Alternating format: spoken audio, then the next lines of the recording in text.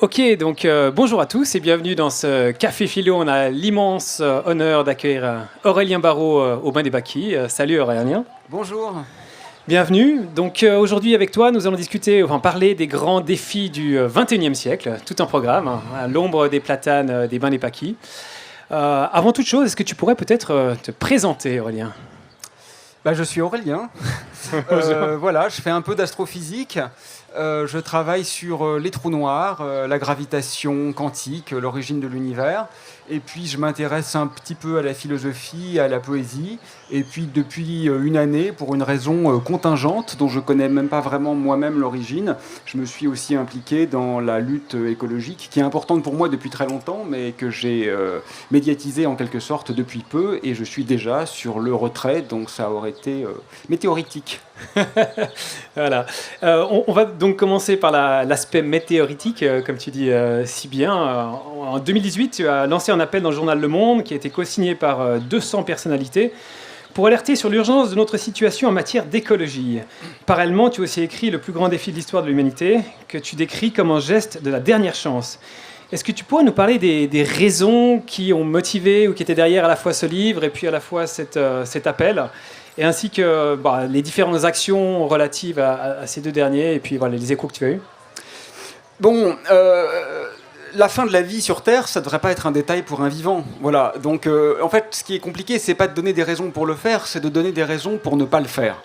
Alors, la fin de la vie sur Terre, c'est un peu exagéré, parce que sans aucun doute, d'une manière ou d'une autre, la vie perdurera. Peut-être même d'ailleurs que l'humanité perdurera, mais ce qui est tout à fait certain, c'est qu'un nombre incalculable de morts auront lieu, et c'est d'autant plus certain que ça s'est déjà passé, puisque dans les 40 dernières années, on a perdu, grosso modo, les 2/3 des populations d'animaux sauvages.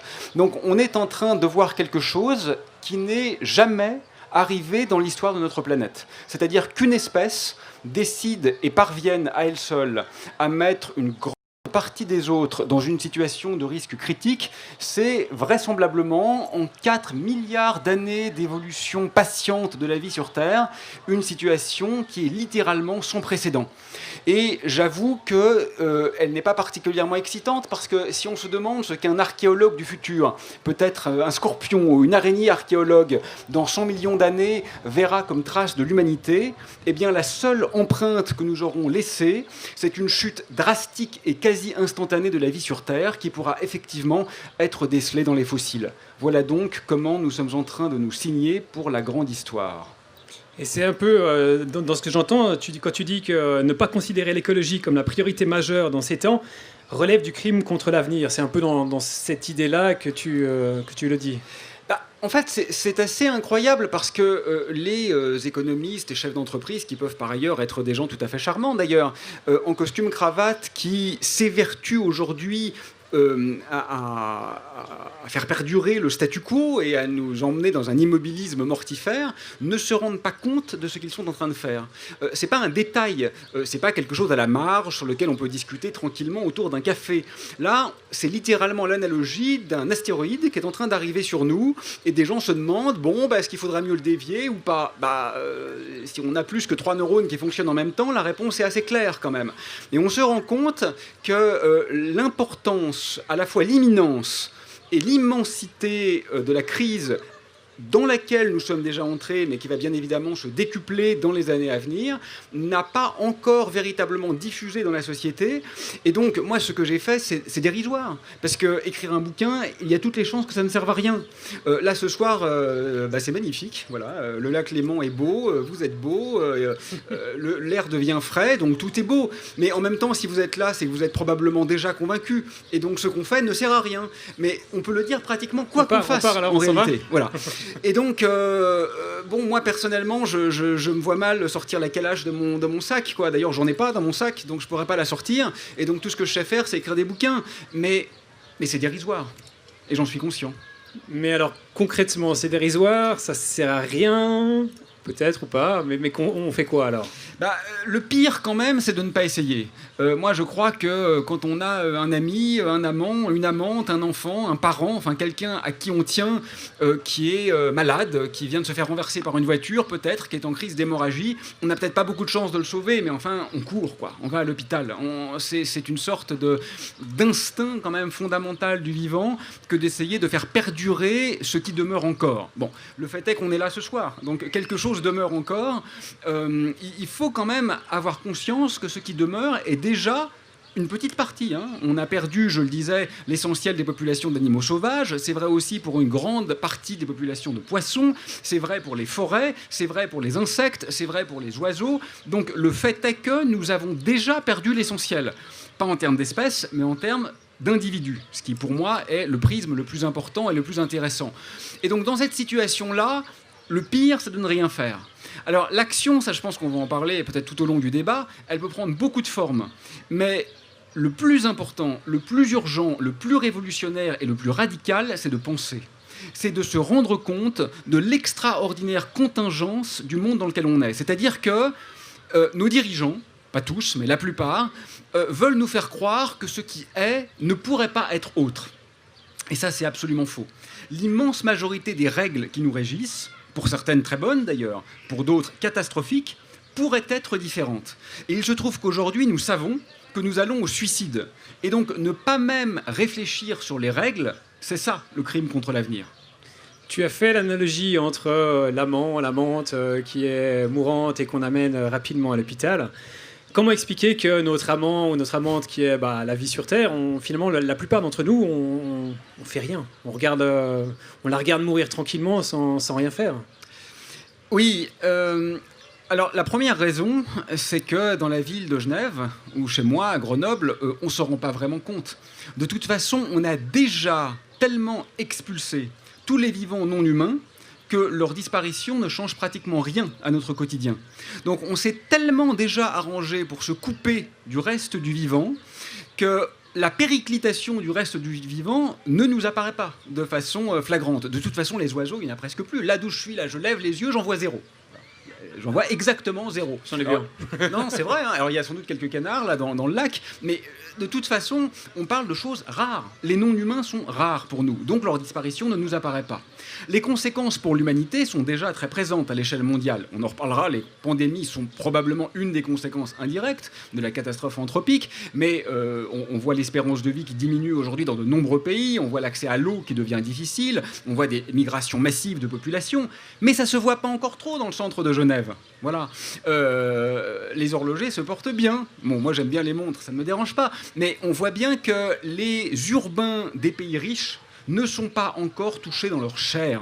Voilà. Et ça, évidemment, ça induit un décalage temporel qui est absolument dramatique. Mais au-delà de ça, et je pense qu'on va en reparler, il y a une autre question fondamentale, c'est de savoir ce qui nous importe. Parce qu'il y a aussi beaucoup de gens pour lesquels le fait que l'essentiel des vivants non humains meure et que peut-être même l'essentiel des humains non européens meurent n'est pas un problème. Et donc là, on voit bien que la question, ce n'est pas une question de savoir, c'est une question d'éthique, c'est une question de réfléchir sur le monde que nous voulons. Et là, dans cette situation-là, le savoir n'est pas performatif, c'est-à-dire qu'il n'engendre pas l'action. Pour agir, il faut non seulement savoir, mais il faut aussi avoir décidé de ce que l'on désire.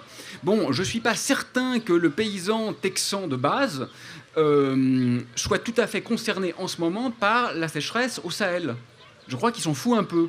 Et c'est facile de taper sur l'extrême droite américaine. Très sincèrement, je pense qu'en Suisse ou en France, c'est pas très différent si on ratisse un peu.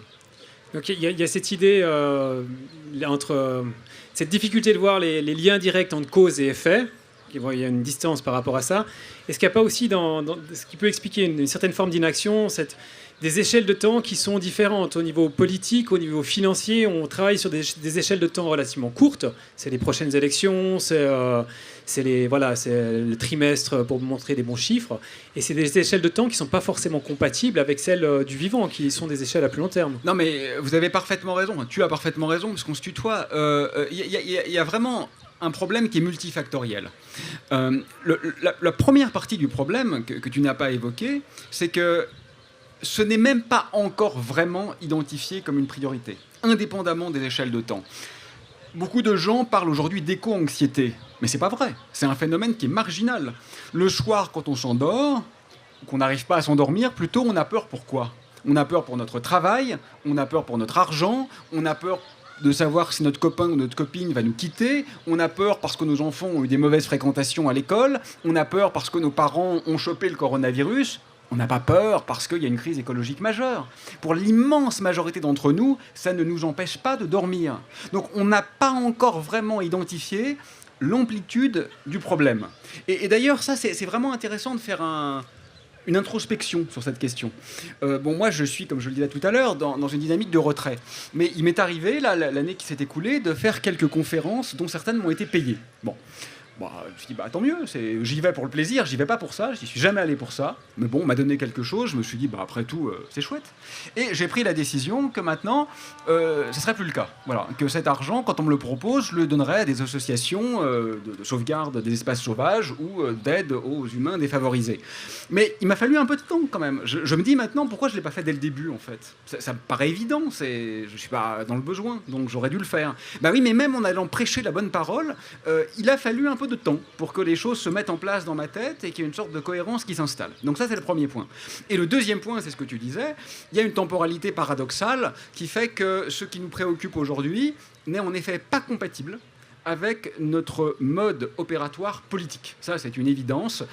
L'être fondamental d'un politique, son ontologie, dirait le philosophe, c'est de vouloir être réélu. Et la réélection, c'est 5 ans après. Les effets écologiques et climatiques, ça se mesure en décennies. Donc le fait est que quand bien même nous aurions identifié la problématique comme prioritaire, de toute façon, l'homme ou la femme politique n'en verrait pas les bénéfices.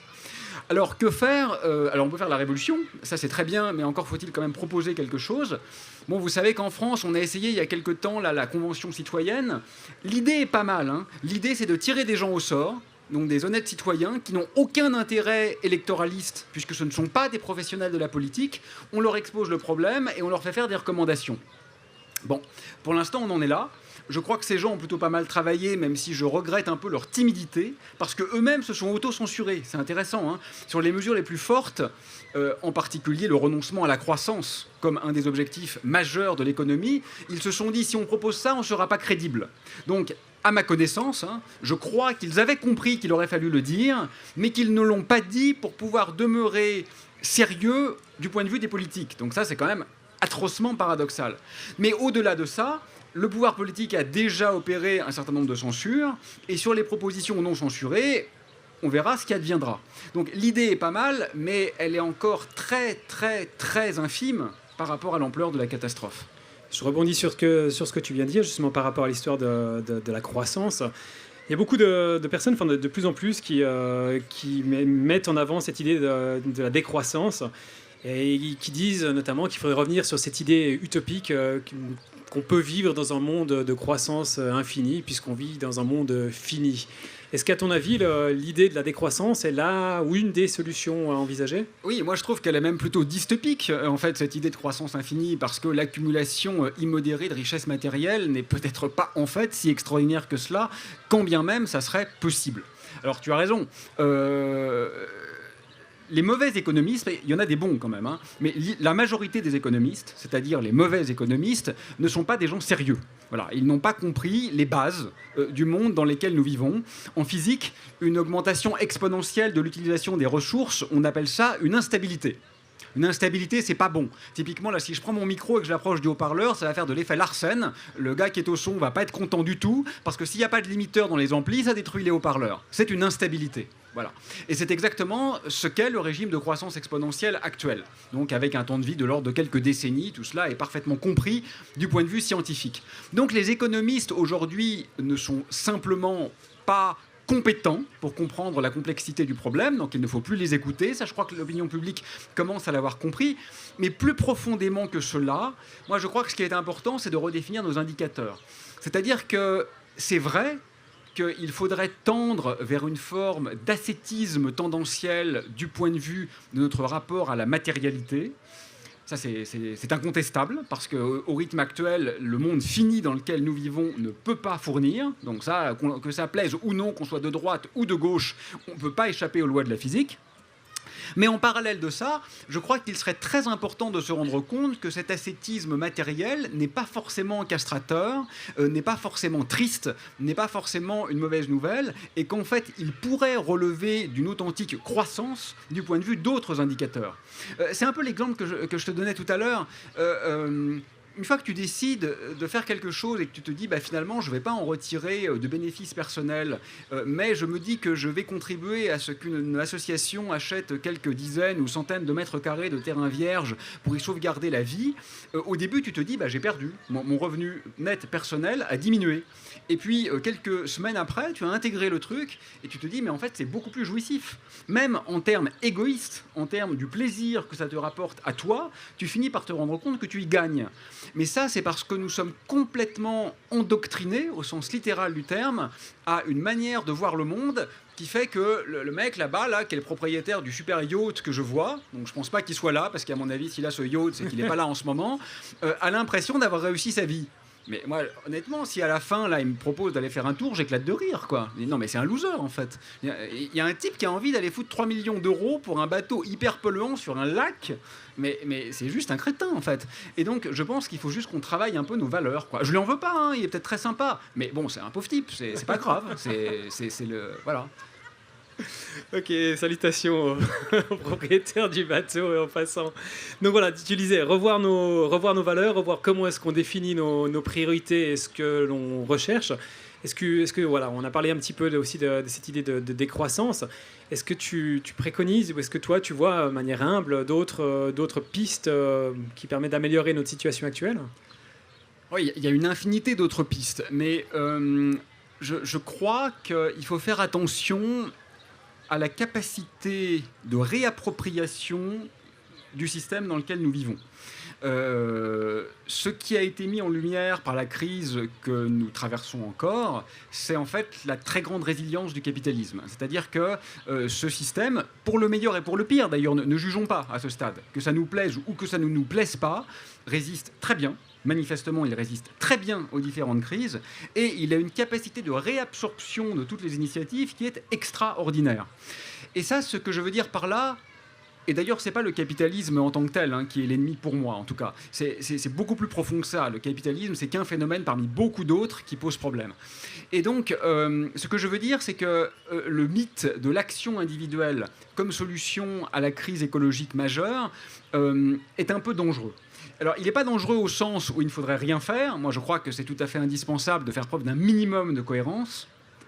Juste un minimum, parce qu'un peu d'incohérence, c'est la vie aussi. Hein. Je veux dire, on peut pas ne pas être un peu incohérent. Moi, je suis assez tolérant avec ça, mais quand même, il y a un minimum comme ça qui me semble absolument nécessaire. Et donc ça, effectivement, je crois qu'il faut le faire. Mais croire que tout se joue là, c'est une erreur dramatique. Parce que quand il y a un problème systémique, il ne peut y avoir de solution que systémique. C'est-à-dire qu'en réalité, on ne peut pas gagner en jouant autrement. On ne peut gagner qu'en changeant les règles. C'est ça qui est important. Ça, les gamins le voient très très bien. Il y a des jeux où en fait on perd tout le temps. Donc l'enfant, il joue 3-4 fois, il essaye de trouver une solution, à la 5e fois, il change les règles. Parce qu'il a compris que c'est une partie qui est pipée en réalité.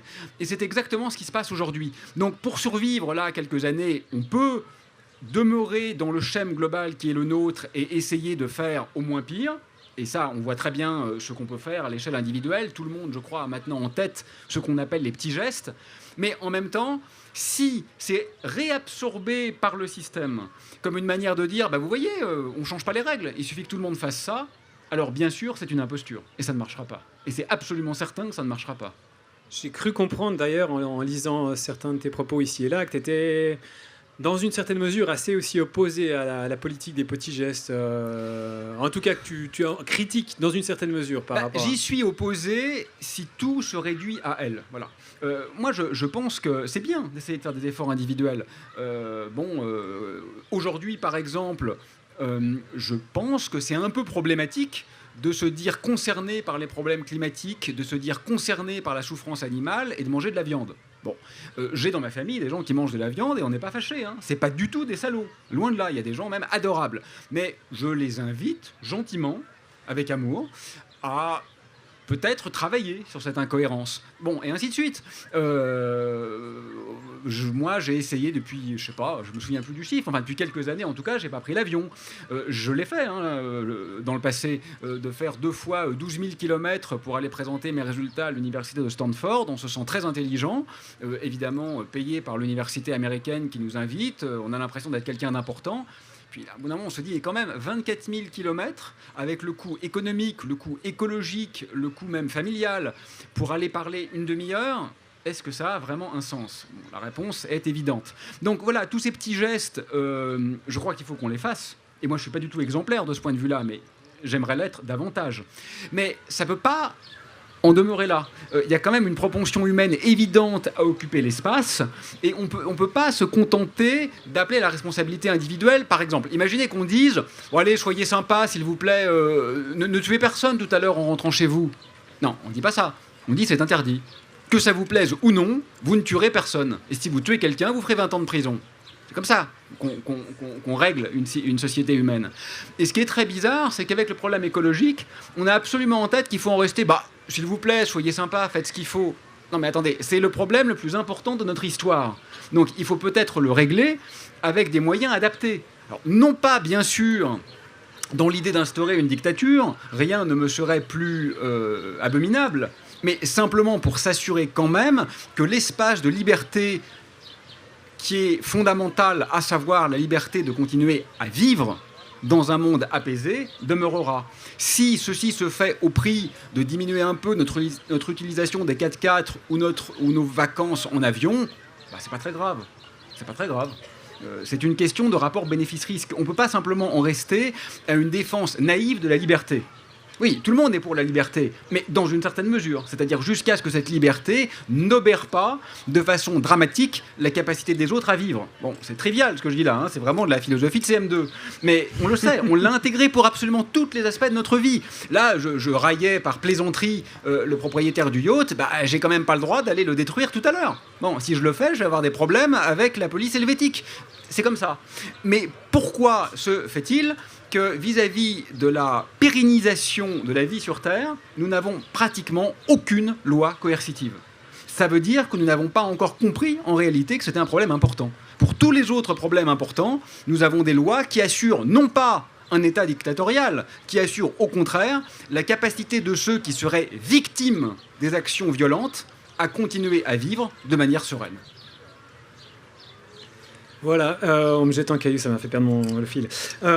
Tu disais donc, je lis entre les lignes, en fait, dans ce que tu dis, que tu appelles, dans une certaine mesure, les gouvernements à être plus proactifs, à mettre des règles plus restrictives et claires sur nos limites, voire restreindre certaines de nos libertés. Bon, ça, c'est quand j'étais jeune et bête. Je dis plus trop maintenant parce que j'y crois tellement plus que j'ose même plus le dire, en fait. Ça, je crois que c'est ce que je disais il y a 1 an et demi. Et bon, aujourd'hui, je me rends compte que, en fait, c'est pas possible. C'est pas dans leur logiciel. Enfin, je crois qu'en France, une de nos ministres, je ne sais même plus laquelle d'ailleurs, a dit au déconfinement il faut montrer que nous osons consommer, quoi. Je dis, bon, mais ces gens-là ont un logiciel qui est tellement dépassé et tellement inadapté à ce que nous allons traverser que je ne sais même pas quel sens ça a encore de placer notre espoir en eux. Et pourtant, il faudra bien faire avec. C'est un peu désespérant parce que ils ne peuvent que trouver des astuces pour réagencer des pièces qui sont déjà données, en fait. Leur capacité d'invention est nulle. Et là, on l'a très bien vu avec la crise qu'on vient de traverser. Au début, on était tous un peu inquiets et en même temps un peu réjouis. Enfin, moi, j'étais un peu réjoui parce que je me disais, enfin, il se passe un truc qui peut avoir un sens politique et qui peut amener à des questionnements. Mais zéro questionnement. Absolument aucune question fondamentale n'a été posée. Je ne parle même pas des réponses données, Je parle des questions posées. Je vous donne un exemple trivial. En France, pendant le confinement, beaucoup d'entreprises ont déposé le bilan, beaucoup d'artisans, d'artistes, de personnel du spectacle, etc., se sont retrouvés dans des situations catastrophiques. Qui a proposé qu'on partage ? Le truc de base, le truc complètement évident. Il y a un événement majeur, qui n'est pas notre responsabilité directe, enfin en tous les cas pas individuelle, n'est-ce pas, qui nous touche de façon totalement aléatoire, parce que moi en tant que fonctionnaire, mon salaire n'a pas touché. Le propriétaire du bar en bas de chez moi, il était quasiment en dépôt de bilan. C'est pas parce qu'il était moins bon que moi, c'est une question de chance. Compte tenu de nos orientations et de nos trajectoires professionnelles, nous n'avons simplement pas eu la même sensibilité à cette crise majeure. N'importe quelle organisation humaine raisonnable se dit, bah non, qu'on partage. Moi, j'ai mon salaire, lui, il l'a plus. Bah donc, on met en commun ce qu'on a, quoi. Au moins pendant les mois du confinement. Qui l'a proposé? Non, parce que ça, c'est un tabou. On ne touche pas à ça. Et là, on se rend compte, par cet exemple élémentaire, qu'en fait, strictement, même de façon transitoire, même lors d'une crise d'une nature qui est inconnue pour le monde occidental moderne, nous ne sommes même pas capables de poser la moindre question. Regardez, le transport aérien, alors c'est vrai qu'eux, ils l'ont vraiment prise de plein fouet, la crise. La seule question qui se pose, c'est combien de temps pour retourner à la normale. C'est la seule question. Personne ne se pose une question sérieuse sur faut-il retourner à la normale. Sachant que la normale, comme le jeu de mots est maintenant éculé, vous pouvez l'écrire en un mot ou en deux mots. Voilà. Je vais faire un petit crochet par 2-3 questions sur Internet. Sandrine Bergenot qui nous demande mais comment après tout ce qui vient et qui continue à se passer, donc je pense qu'elle fait mention de la crise du Covid, faire en sorte que nos politiques réagissent vraiment dans le bon sens. Comment? Mais si je le savais, j'aurais fait ce qu'il faut. La petite boule magique. Bon, soyons pragmatiques. On pourrait peut-être commencer par voter pour les bonnes personnes. Déjà, ça serait le premier truc qu'on pourrait faire. Il faut quand même libérer les politiques. Ce que je veux dire par là, c'est que moi, je ne veux pas tomber dans le tous pourri. Je connais personnellement des hommes et femmes politiques que je crois, peut-être tort, enfin, personnellement, ce n'est pas non plus des intimes, hein, mais en tout cas, je crois que ce ne sont pas des salauds. Je crois qu'ils ont compris le problème et je crois qu'ils aimeraient changer les choses. Mais l'immense majorité d'entre eux n'ont pas été élus pour ça. En France, à ma connaissance, M. Macron n'a pas été élu sur un programme écologiste radical. En gros, pour caricaturer un tout petit peu, mais enfin à peine, il a dit « je m'en fous ». Il a été élu sur ce programme. Aujourd'hui, il s'en fout. Ben, il est cohérent, cet homme-là. Moi, je ne lui en veux pas. Il a fait exactement ce qu'il disait qu'il allait faire. Bon, parfois, ils ne se gênent pas pour ne pas faire exactement ce qu'ils avaient dit, quand même. Hein. Mais enfin, globalement, on ne peut pas leur en vouloir de ne pas traiter un problème alors même qu'ils ont expliqué dans leur programme qu'ils n'allaient pas le traiter et que nous les avons élus. Bon, donc il y a quand même un problème à ce niveau-là. Donc je crois que quand même, il faudrait peut-être commencer par une amicale pression qui serait de choisir les bonnes personnes. Après, je voudrais attirer notre attention sur un problème, parce que là, je pense qu'on est plutôt entre personnes conscientisées, comme on dit, voire militantes. Je crois que les militants, parfois, ont l'illusion que le cœur du dysfonctionnement est le manque de démocratie. Et je crois qu'hélas, ils ont tort. Dans les assemblées militantes, en particulier à gauche, il y a, d'ailleurs à droite il n'y en a pas, donc vous avez vite vu, il y a essentiellement l'habitude du vote à main levée, chacun prend la parole, on parle, on essaye de faire émerger un consensus, etc. Moi j'aime bien la méthode, hein, je trouve ça très, à titre personnel, je trouve ça très chouette. Mais ça marche parce que tout le monde pense la même chose dans la salle, plus ou moins. Si maintenant on pense à l'échelle d'un pays, je crois que la démocratie directe, c'est-à-dire essentiellement le pilotage au référendum, dont beaucoup de gens pensent que c'est ce qui nous permettrait de sortir de la crise, serait une catastrophe. Ça me fait mal, j'aimerais que ce soit une bonne chose, mais c'est pas vrai. En fait, l'opinion publique réagit très souvent de façon populiste, sécuritaire et réactionnaire. Si vous avez un réfugié syrien qui commet un meurtre et que vous faites un référendum, que faut-il faire? Vous pouvez être sûr que 90% de la population suisse ou française dira « faut tous les foutre dehors » et on ferme les frontières et qu'ils crèvent. Et donc, c'est compliqué le problème auquel on fait face. Parce que croire que c'est simplement un manque de démocratie et que si le bon peuple que nous sommes avait le pouvoir, alors nous serions généreux, raisonnables, altruistes, etc., c'est juste faux en fait. C'est juste faux. On ne pense pas tous ça et on ne peut pas obérer cette dimension du problème. Alors, moi, je propose un truc qui est complètement de l'enfumage philosophico-rhétorique, mais je ne sais pas faire autre chose. J'avais appelé ça très pompeusement, je crois, l'activisme multifractal. Comme ça, personne ne comprend rien et ça me permet d'avoir l'air intelligent en disant un truc creux. Mais c'est très beau. Ce que je voulais dire, c'est qu'il faut travailler à tous les niveaux, quoi. Voilà. Je crois qu'on ne peut pas se dire c'est un problème qui est que politique, c'est un problème qui est que économique, c'est un problème qui est que au niveau du militantisme, c'est un problème qui est que au niveau de la révolution, qui est que au niveau des instances supranationales, etc. Moi, je crois qu'il faut absolument que ça se joue partout en même temps. Et je crois que c'est la seule manière dont quelque chose peut advenir. Si on attend que ça vienne d'en haut, ce que j'ai naïvement cru il y a quelques années, ça ne marchera pas, c'est sûr. Si on attend que ça vienne d'en bas, ça ne marchera pas non plus. Et si on attend que ça vienne de cette espèce d'hypostase, là, comme ça, de l'entre-deux-eaux, eh ben, ça ne viendra pas de toute façon. Donc, je crois qu'il faut que ça émerge voilà, de façon diffuse. Mais j'ai pas beaucoup d'espoir. Je prends encore une question d'Internet et après je fais le tour du public. Je suis sûr que vous brûlez d'impatience de poser vos questions. Sur Internet, René Guichardon qui nous demande revoir nos valeurs, nos priorités. Oui, mais quoi? Comment? Le gouvernement est incompétent pour le Covid, pour poser les bonnes questions. Pourquoi le serait-il pour les questions de l'environnement qui sont nettement plus complexes? Faut-il faire sécession et rejoindre par exemple Extinction Rébellion? Extension Rébellion. Ouais. Bon, il y a plein de trucs dans cette question, je vais essayer d'être rapide. Alors d'abord, Extinction Rébellion et toutes les mouvances, disons, désobéissance civile sont très intéressantes et posent énormément de questions.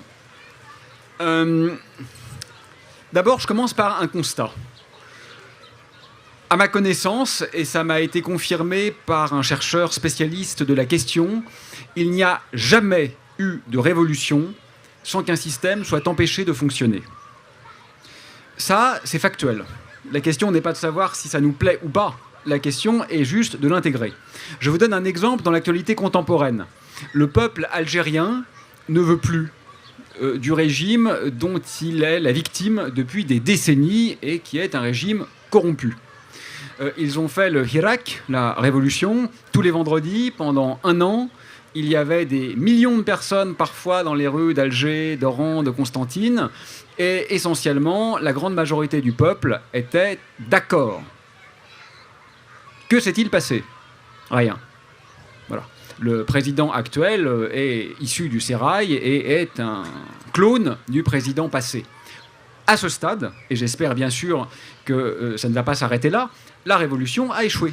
Et je crois qu'elle a échoué parce que le système n'était pas empêché de fonctionner. Et le vendredi, c'est férié en Algérie. 1 million de personnes dans la rue un jour férié. Et alors? En quoi cela empêche-t-il l'institution économico-politique de fonctionner? En rien. Voilà. Donc ça, c'est la première leçon de cette affaire. C'est que c'est pas du tout un appel à la violence ce que je fais là. C'est un constat.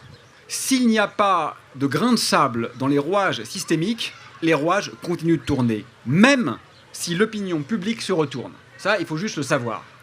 Après, la question de la violence, elle est très subtile. Ça m'agace un peu, pour vous dire la vérité, cette espèce de mantra de la non-violence radicale. Évidemment qu'aucun de nous, ici ce soir, n'a envie de faire du mal à quelqu'un, n'a envie d'être agressé en sortant de cette conférence, n'a envie d'agresser quelqu'un en sortant de cette conférence. Donc on peut tous se prendre par la main, là, et dire « Vive la non-violence ». On est tous d'accord, je suppose. Super, voilà, c'est dit. Mais une fois qu'on a dit ça, c'est pas du tout ça la question sérieuse. La question sérieuse, c'est pas celle-là, c'est violence contre violence. C'est-à-dire que certains aujourd'hui trouvent que des mesures coercitives qui interdiraient certains gestes qui sont dramatiquement destructeurs pour la pérennité de la vie sur Terre relèvent de la violence. L'interdiction, j'entends, relèverait de la violence. Oui, mais quand la violence interdit une violence supérieure, relève-t-elle encore de la violence? Autrement dit, empêcher d'agir par la force un assassin sur le point de commettre son crime relève-t-il de la violence? Oui, certainement. Mais est-ce une violence néfaste? Non, probablement pas. Donc il faut faire un peu attention avec cette idée de violence. C'est complètement naïf de se dire « toute violence est mauvaise ». Oui, on peut le dire, mais ça ne fonctionne pas du point de vue concret. La question est simplement de hiérarchiser les régimes de violence et de choisir le monde dans lequel nous voulons vivre. Casser la vitre d'un restaurant de hamburgers est sans aucun doute une action violente et illégale. C'est vrai. Mais alors qu'aller manger dans ce même restaurant est non violent et autorisé. Pour autant, cette non-violence soutient quoi? soutient un système d'exploitation essentiellement dramatique des salariés qui travaillent dans ces enseignes, un système de déforestation en Amazonie, un système de violence insondable vis-à-vis des animaux qui sont mangés dans ces mêmes hamburgers, un système de soutien très fort à la crise climatique, et ainsi de suite. Et la question se pose à nouveau. Finalement, qu'est-ce qui est le plus violent ? Et sincèrement, je crois que la réponse n'est simplement pas évidente. Donc il faut qu'on arrête de faire comme si les choses étaient figées et qu'il y avait une sorte d'évidence de la violence versus la non-violence. Le grand poète Jean Genet théorisait cela en disant que la violence est ce qui relève souvent en réalité de la résistance individuelle contre une autre forme qu'il appelait la brutalité d'État. Voilà. Qui n'est pas forcément mauvaise d'ailleurs. Parfois la brutalité d'État est justifiée. Pas toujours. Et je crois qu'il est temps de poser des questions. Ah oui, alors juste maintenant, il faut que je réponde très vite. Alors comment faire confiance au gouvernement ? J'en sais rien. Mais j'ai le temps de dire encore 2 phrases là, sur la gestion de la crise actuelle. Là, je ne parle pas de la crise environnementale, je parle de la crise Covid-19. Je suis un peu agacé, voilà. Je trouve que nous manquons tous d'humilité dans cette affaire. Écoutez, je ne sais pas bien comment c'était en Suisse, mais en France, au début de la crise, les gens étaient révoltés en disant le gouvernement n'agit pas assez, il n'agit pas assez, il faudrait confiner plus vite, il faudrait confiner plus fort, il faudrait confiner plus tôt, il faudrait interdire de travailler. Bon, il s'est passé ce qui s'est passé, et aujourd'hui, essentiellement, les mêmes personnes disent « mais ce gouvernement est insupportable, il nous oblige à porter des masques, donc il est contre notre liberté, on veut pouvoir tout faire, y compris en groupe, y compris sans masque ». Et là, je suis un peu agacé quand même par cette médiocrité, finalement, qui fait que plus personne ne réfléchit, plus personne ne fait preuve d'humilité, plus personne ne veut accepter que les situations sont simplement parfois complexes, qu'on ne savait pas exactement ce qui se passait, qu'on ne sait toujours pas exactement ce qui se passait, que c'est vrai que cette maladie n'est pas vraisemblablement la plus grave à l'échelle mondiale, et que donc c'est une offense en particulier aux pays pauvres, aux pays du Sud, d'en faire une sorte d'événement majeur du siècle, alors même que d'autres maladies bien connues, pour lesquelles nous avons des traitements bien connus, déciment depuis des décennies les populations des pays pauvres. Donc ceci est vrai.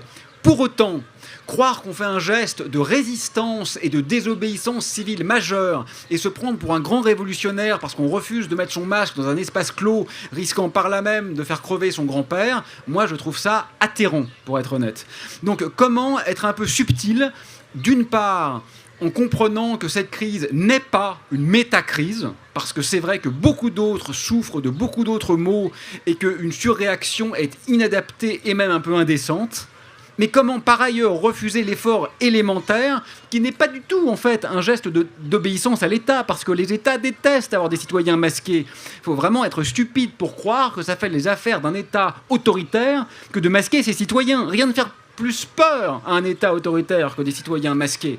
Et donc de se dire je suis un héros libertaire parce que je refuse d'avoir le minimum d'intelligence collective qui permet peut-être d'épargner quelques vies. Voilà, pour moi, il y a des écueils entre lesquels il est un peu compliqué aujourd'hui de slalomer. Voilà, je me tourne un peu vers le public. Il y a...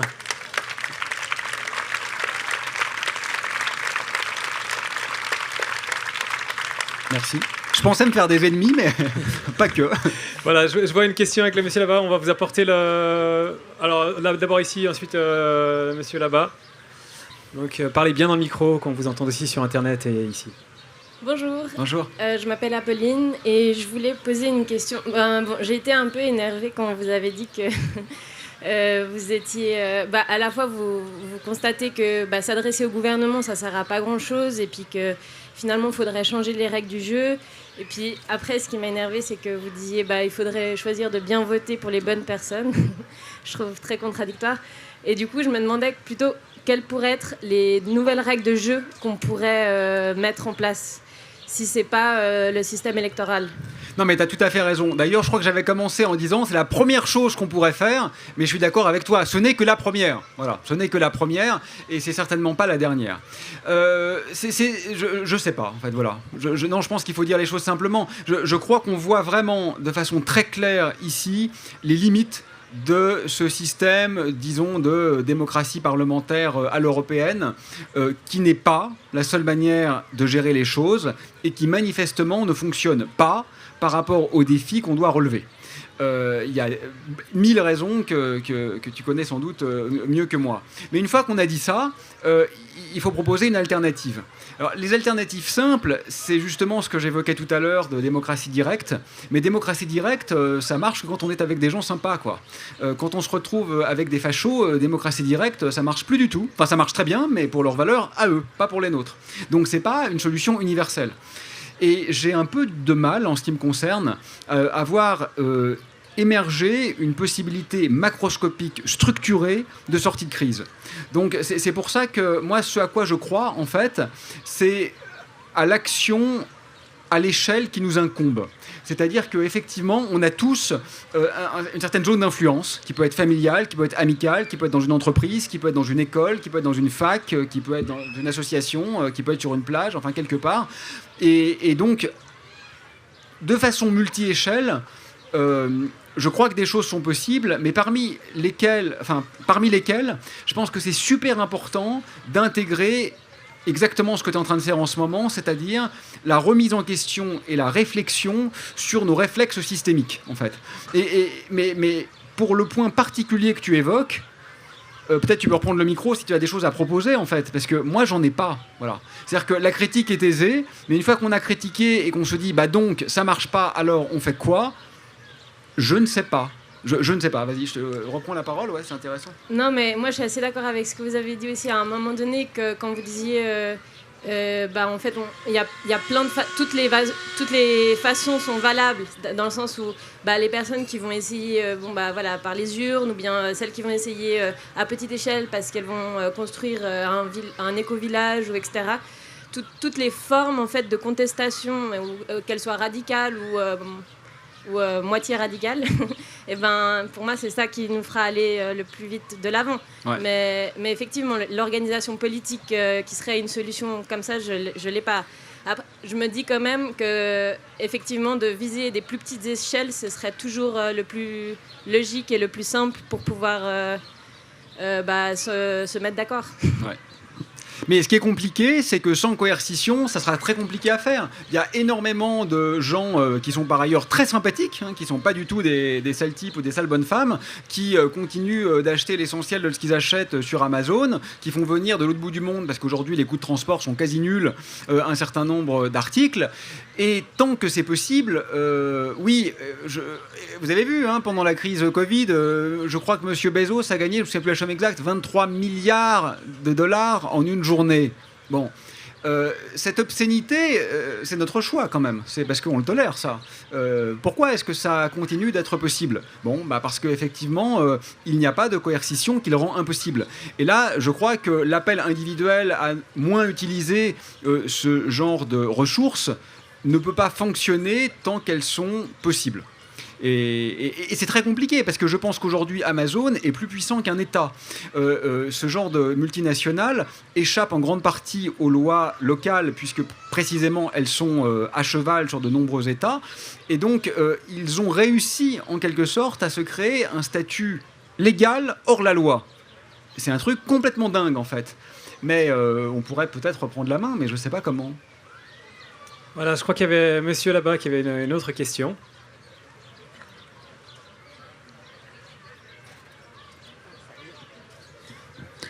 Bonjour à tous. Je profite de cette conférence pour d'abord informer de deux initiatives que vous tous, vous pouvez faire actuellement. D'abord, une très locale dans l'État. Je suis désolé, on essaie de pas faire trop de pub, je suis désolé. On reste vraiment sur les questions, c'est peut-être un peu sec comme ça, mais on fait pas de pub politique ou personnelle. Si tu peux aller directement à ta question. Bon, ce serait plutôt un commentaire par rapport à l'idée de la démocratie directe et des référendums. Dans l'idée que tu dis, tu penses que ça ne peut pas être une solution parce que peut être réactionnaire. Moi, je dirais que c'est sûr dans le cas de la Suisse, ou dans lequel on vote contre des vacances supplémentaires, mais pour des réductions d'impôts pour les plus riches et contre la caisse unique. On voit bien que ce n'est pas révolutionnaire, mais la Suisse, il faut l'admettre, c'est un pays très particulier et ça ne donnerait pas du tout la même chose dans d'autres pays, en tout cas d'autres pays occidentaux. C'est d'ailleurs le seul pays au monde qui fait autant de référendums. En France, par exemple, où une nette majorité de la population est contre les OGM, contre les lois de travail, contre la suppression de l'ISF et j'en passe, ça serait un net progrès. Et ce n'est pas pour rien que les gouvernements, comme celui de Macron actuellement, s'entêtent à les refuser parce qu'ils savent qu'ils ne pourraient pas du tout mener la politique qu'ils mènent. Donc je pense que c'est au contraire, à moins peut-être une solution, pas la solution miracle, mais elle ferait beaucoup avancer. Peut-être, mais la peine de mort a été supprimée contre l'avis majoritaire du peuple français. Hein. Je sais pas. Je pense on serait très très très dépendant de la manière de poser la question. Et donc ce serait très facile de manipuler l'opinion ne serait-ce que par la formulation du problème. J'ai vraiment l'impression que la même décision pourrait obtenir des résultats radicalement différents suivant la manière dont on la pose. Et je trouve ça assez dangereux, en fait. Assez dangereux parce qu'il faut quand même faire gaffe aussi au règne de l'opinion, quoi. Par exemple, sur les questions énergétiques, tu vois. Disons un mot des énergies renouvelables. Bon, c'est chouette. Bon. En fait, c'est pas si chouette que ça. Il y a un moment, on peut pas juste en rester à l'idée. L'idée, c'est chouette, les éoliennes et les panneaux solaires. Oui, ok, c'est chouette. Après, on fait les calculs. Vous savez que la puissance installée, enfin, je ne vais pas rentrer dans les détails techniques, mais en gros, l'efficacité est très faible parce que le vent ne souffle que 20% du temps avec une force suffisante et que, hélas, la nuit, il n'y a pas de soleil et l'hiver, il n'y en a pas beaucoup non plus et souvent, le soleil n'est pas à la verticale du panneau solaire. Donc, en fait, ça demande des puissances installées considérables pour avoir la même quantité d'énergie que ce qu'on peut avoir par ailleurs. Et donc, le fait est qu'il faut installer énormément plus de lignes à haute tension, etc. Il faut inonder de très grandes surfaces d'eau pour pouvoir avoir l'énergie retenue et ainsi de suite. Donc il y a quand même un moment, il faut aussi, je crois, accepter que tout le monde n'est pas compétent sur tout. Voilà. Et ça, ça peut choquer, mais c'est la vérité quand même. Les questions énergétiques, par exemple, tout le monde dit il faut plutôt avoir des solutions locales. Et ça, c'est pas vrai en fait. Si on veut économiser l'énergie, plus c'est centralisé, plus c'est autonome. C'est assez facile à calculer. Ça fait quelques pages de calcul pour un bon ingénieur. Donc, il faut faire aussi attention à nos préjugés idéologiques qui font qu'on peut se tromper très gravement quand on croit comprendre un problème qui est très complexe et très multifactoriel. Et donc, oui, moi, j'ai un peu peur, en fait, pour être honnête. Voilà. Mais tu parles justement on va continuer après avec les questions du public, tu parles de ce besoin, en tout cas ce que j'entends, de ce besoin de globaliser nos solutions. En même temps, on a déjà de la peine à les localiser, nos solutions. Imaginons qu'en Suisse ou en France, on prenne une décision assez importante, réduction de notre PNB, on est encore sur ces valeurs malheureusement. Et puis on sait aussi que peut-être un pays voisin, un autre pays ne va pas forcément suivre sur la même voie. Enfin, il y a aussi toutes des histoires de compétition. On en revient un petit peu à ce dilemme du prisonnier, où je sais que si moi je fais les efforts et que lui ne les fait pas, peut-être qu'au final... Non, mais c'est quand même incroyable parce que tu as tout à fait raison. Et en même temps, on est quand même censé être gouverné par des gens dont c'est le métier, qui ont fait des études, qui ont un certain niveau de compétences, qui ont été choisis parmi beaucoup d'autres candidats. Et on se dit, combien il y en a 150 pays dans le monde, non, quelque chose comme ça. Les dirigeants de ces pays qui tiendraient sur simplement l'estrade qui est devant nous ici, c'est pas beaucoup, 150 personnes, ne sont même pas foutus de discuter pour résoudre le plus grand problème de l'histoire de l'humanité. Et là, on se rend compte qu'on a juste élu de sales mômes, en fait. Voilà. Mais une fois qu'on a dit ça, je suis complètement d'accord sur la difficulté des choses. Je vais le dire comme une blague, en fait. Il y a quelques années, on m'avait dit, tiens, ça serait intéressant que toi, tu travailles au ministère de l'Éducation nationale. Et personne ne me l'a proposé, hein. C'était un ami qui m'a dit ça. Et je me suis dit, mais non, en fait, ouais, ça pourrait être sympa. Puis après, je me suis dit, mais en fait, non, pas du tout. On n'a aucun pouvoir d'action. Moi, ça m'intéresserait d'être secrétaire d'État. Puis après, je me suis dit, mais non, en fait, secrétaire d'État, c'est pas assez. Moi, ça m'intéresserait d'être ministre, en fait, pour pouvoir faire quelque chose. Puis après, je me suis dit, non, en fait, ministre, après tout, c'est qu'un pion. Moi, ce qui m'intéresserait, c'est d'être président de la République, pour pouvoir faire quelque chose.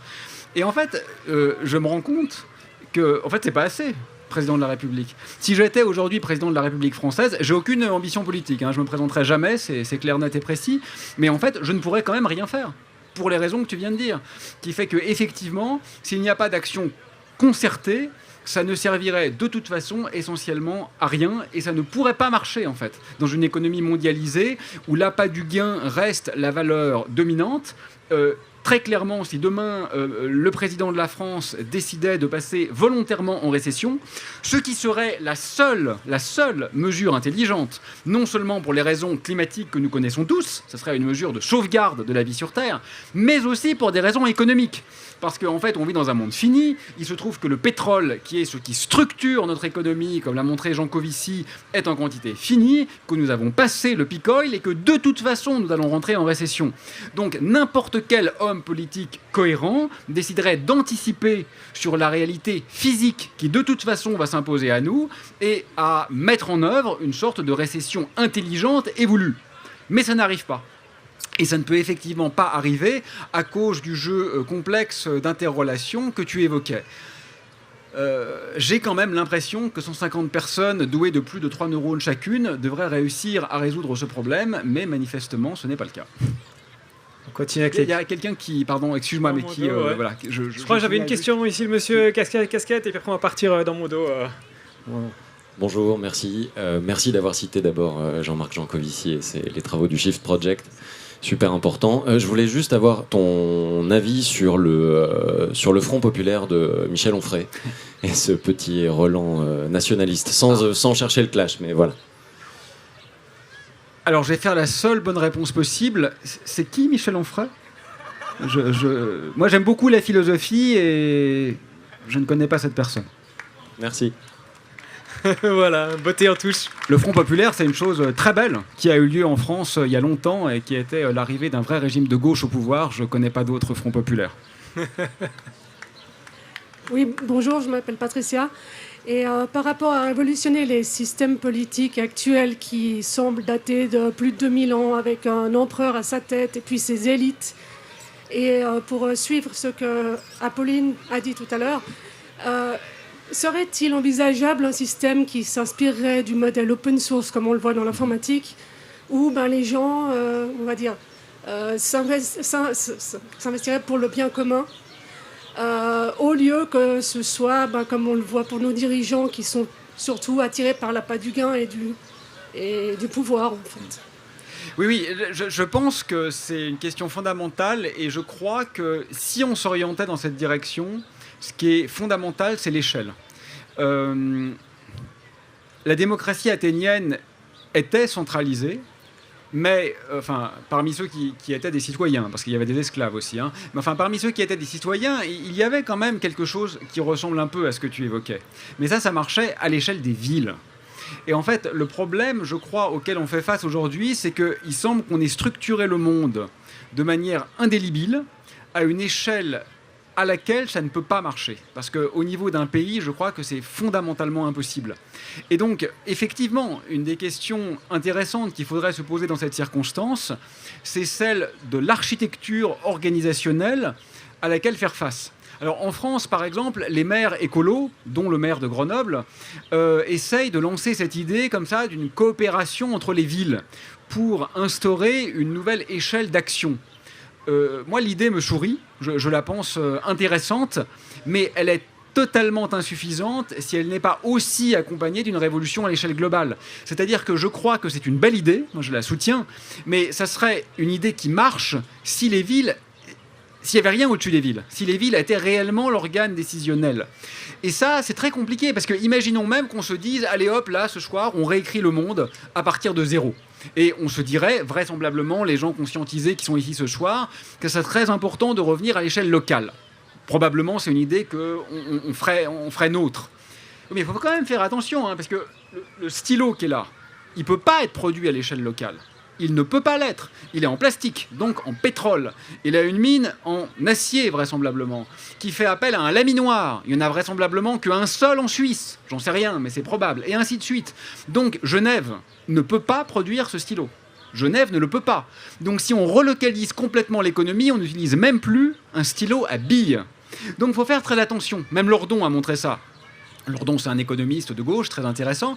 Il dit, là encore, il faut faire attention à l'idéologie. Si vraiment on veut le faire, il faut se rendre compte que c'est une révolution dans ce à quoi nous avons accès.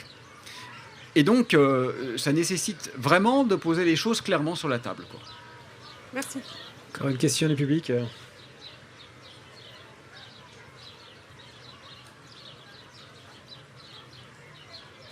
Merci beaucoup.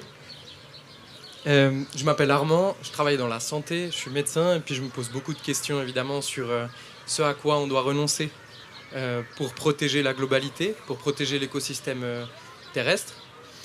Ce que j'aimerais plutôt faire un commentaire et puis peut-être qu'il y aura des questions qui vont avec, mais je suis vraiment, après tout mon parcours, je pense que la décroissance, ça paraît être la seule réponse raisonnable à la problématique environnementale ou à la problématique de l'usage du monde, de la transformation du monde au niveau énergétique, au niveau des ressources, etc. et au niveau de la biodiversité qui est probablement la plus grande urgence avant le réchauffement climatique.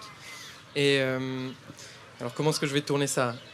Ce que j'ai l'impression, c'est que là, vous avez parlé beaucoup de ok, est-ce que c'est au niveau politique, est-ce que c'est au niveau individuel, etc. Moi, je suis assez arrivé à la conclusion que en allant chercher dans les tréfonds des réponses que peuvent apporter, qu'est-ce qu'on doit faire finalement pour arriver dans les limites planétaires et puis arriver à un système qui soit pérenne sur plusieurs centaines, milliers d'années, en fait, on doit renoncer à peu près tout ce qu'on connaît. Comme vous avez dit, le stylo, il est fait en pétrole avec une mine en acier qui est plus disponible ici, etc., etc.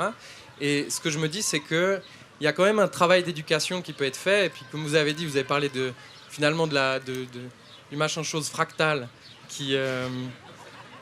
Bon résumé.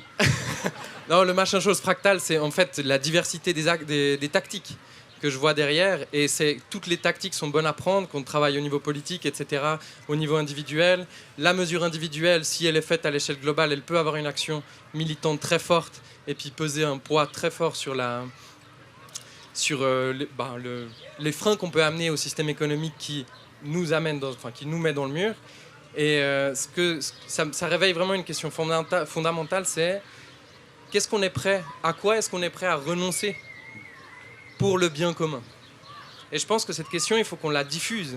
Et cette question, elle va au-delà elle est vraiment interne à chaque personne. Bien sûr, on est manipulé. Bien sûr que l'opinion publique peut être manipulée par un État, par des intérêts, etc., etc. Mais au fond, à quoi est-ce que chacun est prêt à renoncer ? Et je pense que ça, c'est un petit peu mon combat, c'est de dire, voilà, on doit être prêt à renoncer presque à tout. Je pense que la vie, la civilisation thermo-industrielle, comme le dit Pablo Servigne, est en train de toucher à sa fin. On voit avec la limitation avec les ressources limitées en pétrole, en énergie abondante, etc. En gros, qu'est-ce qu'on veut ? Est-ce qu'on veut préserver notre bien-être maintenant, notre qualité de vie, sachant que notre qualité de vie, elle est d'une certaine manière, elle est conditionnée par les énergies disponibles, par les ressources disponibles, mais aussi par les inégalités entre les pays pauvres et les pays riches. Et ça, si je me suis fait la réflexion, je me dis très bien, on va faire de la décroissance, je vais arrêter de consommer, tout le monde va faire pareil, puis au final, il n'y aura plus d'avions parce que ce sera plus économiquement viable, et puis on va casser le PIB de l'économie, et qu'est-ce qui va se passer ? La Suisse va collaber. Je me suis dit, la Suisse collabe. Qu'est-ce qui se passe ? On devient le pays le plus pauvre du monde, on ne peut plus s'approvisionner en pétrole, ça veut dire qu'on ne peut plus faire marcher nos tracteurs, vu que je pense que les 99% de l'agriculture suisse fonctionne avec des tracteurs à pétrole. Qu'est-ce qu'on fait ? On ne peut plus manger. On ne peut plus manger, donc on ne peut pas survivre. Pardon, excuse-moi. Je fais vite, d'accord. J'avais besoin de faire cette réflexion. Et donc, je me dis, pour chaque personne, en fait, on doit être prêt, d'une certaine manière, à abandonner même notre survie à court terme pour un projet global qui aide la survie de l'espèce, en fait. Voilà, qu'est-ce que vous en pensez ? Bon, merci beaucoup. Merci, c'est une super intervention. Je pense que tu as parlé de plein de choses que j'avais un peu oubliées. Donc, merci beaucoup d'abord. Je trouve que c'est super intéressant ce que tu as dit. Ouais, un médecin rock'n'roll, c'est pas souvent bravo. Dommage que tu sois pas à Grenoble. Plein de petits trucs rapides. D'abord, j'en profite juste pour faire un petit point sur 2-3 trucs que j'avais pas dit et que tu as mentionné. Effectivement, je trouve ça super important que tu aies rappelé que la crise n'est pas seulement climatique. En particulier chez les jeunes, il y a vraiment cette expression en ce moment, Young for the Climate, etc. Et c'est vraiment essentiel, effectivement, d'avoir en tête que quand bien même nous n'aurions pas 1 seul degré de réchauffement climatique, nous serions quand même dans la 6e extinction massive et que donc l'aspect réchauffement est très important, mais que c'est juste un petit aspect parmi plein d'autres dans la périclitation de la vie qui est en cours. Merci de bien vouloir ramener vos plateaux. Merci d'avance. Voilà, c'est dit. Hop, allons-y. Tu n'oublieras pas de ramener ton plateau, Aurélien. Après, le deuxième truc super important que tu as mentionné, je trouve, c'est l'aspect pérennité. Et ça, c'est important parce que aujourd'hui, on est effectivement dans un système instable. Et donc, c'est normal qu'on se pose la question de la pérennité parce qu'on aimerait bien vivre et que nos enfants vivent. Mais il y a un point très important, je crois, c'est qu'il ne faut pas croire non plus que parce que c'est pérenne, c'est souhaitable. Comme tu l'as mentionné, et ça, c'est aussi hyper important, donc dernière fois que je te dis merci, il est clair qu'indépendamment de la crise écologique, il y a la crise néocoloniale. C'est-à-dire qu'en effet, nous sommes si riches parce que nous pillons les pays pauvres. Ça, c'est complètement vrai, c'est complètement dramatique. Et il faut faire attention parce qu'on pourrait être dans un état complètement stable, c'est-à-dire qui pourrait durer éternellement, mais dans laquelle on continuerait d'avoir l'essentiel de l'humanité qui est appauvri pour qu'une petite partie de l'humanité vive dans un niveau de luxe très élevé. Et je vous rappelle qu'en ce moment, nous tuons 1000 milliards d'animaux par an. C'est pas pérenne parce que c'est un peu trop, mais on en tuerait 500 millions par an, ça pourrait être pérenne. Et ça serait pourtant dramatique. Enfin, il me semble qu'en termes d'éthique, c'est quand même juste insupportable. Vous savez qu'aujourd'hui, 95% de la biomasse des mammifères, c'est de la viande d'abattage. Hein. Donc les animaux libres sur Terre, ça n'existe plus. On a transformé la Terre en enfer pour les animaux. Ça pourrait être pérenne si on divise par 2 le nombre d'animaux. Donc la pérennité, c'est pas la seule question, en fait, du point de vue éthique. Puisque tu es médecin, j'en profite pour rappeler que aujourd'hui, l'estimation du nombre de morts par la pollution en Europe par an, c'est 800 000. Quand j'ai lu ce chiffre, je me suis dit que je devais mal comprendre. C'était dans une revue de médecine, de European Heart Journal. Donc j'ai demandé à une amie qui est médecin de vérifier que j'avais bien compris la publication. Et c'est bien ce qui est écrit. Alors, je crois que compter en nombre de morts, c'est pas une très bonne estimation. En fait, il faudrait mieux compter en diminution d'espérance de vie. Mais enfin, toujours est-il que c'est une hécatombe, c'est une catastrophe. Alors, j'en viens effectivement à ce que tu évoquais. Et je crois que c'est la bonne façon de poser la question. À quoi est-on prêt à renoncer ? Parce qu'effectivement, il faut arrêter de faire comme si on pouvait conserver le niveau de vie actuel tout en choisissant plus d'égalité, moins d'impact environnemental. C'est pas possible. Voilà, c'est juste pas possible. C'est comme ça. Donc il faut le dire. Mais j'irai peut-être pas aussi loin que toi quand même. Je crois pas qu'il faut renoncer à nos propres vies et même à notre capacité de survie, parce que on mentionnait tout à l'heure Jean Covici. Aujourd'hui, la quantité d'énergie dont disposent les Occidentaux, alors je ne me souviens plus du chiffre exact, mais c'est un peu comme si chacun d'entre nous avait 300 esclaves qui travaillaient jour et nuit pour lui en termes d'énergie que nous consommons. Si on divise ce chiffre par 3, il reste encore 100 esclaves. Ça reste monumental, ça reste considérable. On peut encore se chauffer l'hiver, on peut encore manger à notre faim, même quand on n'est pas agriculteur, on peut encore venir de temps en temps à Grenoble, quand on habite Genève, etc. Donc je crois qu'il y a une marge quand même de progression qui est tellement gigantesque qu'il faut l'avoir en tête. Et le dernier truc que je voudrais dire, c'est que quand tu dis ce à quoi on est prêt à renoncer, tu as raison. Il faut le mettre sur la table, il ne faut pas le cacher, et c'est énorme. Mais il ne faut pas oublier qu'en contrepoint de son renoncement, il y a aussi un gain potentiellement extraordinaire. Baptiste Morisot faisait remarquer il y a quelque temps que l'immense majorité des citadins ne sont pas capables d'identifier les 3 chants d'oiseaux qu'ils entendent toute la journée. En fait, on a fait passer les chants d'oiseaux dans le bruit de fond. C'est extraordinaire. En ville, c'est le seul bruit d'origine animale qu'on entend, avec les aboiements peut-être, qu'on entend de façon récurrente. Et 99% d'entre nous ne savent pas ce que sont les 3 chants d'oiseaux qu'on entend toute l'année. D'ailleurs, on en entend là des chants d'oiseaux. Qui les reconnaît ? Bon. Vous voyez, personne ne les reconnaît. C'est bien ce que je disais. Bon. Et donc, ça, on pourrait quand même le gagner. Et en fait, je vous assure, c'est complètement un enchantement, en fait, quand on commence à se réapproprier ce savoir perdu, ces connivences perdues, ces beautés perdues, ces entraides perdues. Et je crois que ce qui est identifié au départ comme un effort devient très vite une jouissance. Et que donc, on gagne aussi, quoi, en même temps qu'on perd. Je crois que... bon. Pour revenir aux propos de notre médecin rock'n'roll, comme tu l'as si bien dit, je rebondis sur quelque chose que tu as dit dans le passé. Tu as dit notamment qu'une législation plus contraignante et donc plus restrictive en matière de comportement contraire à la vie tendrait in fine vers une liberté accrue.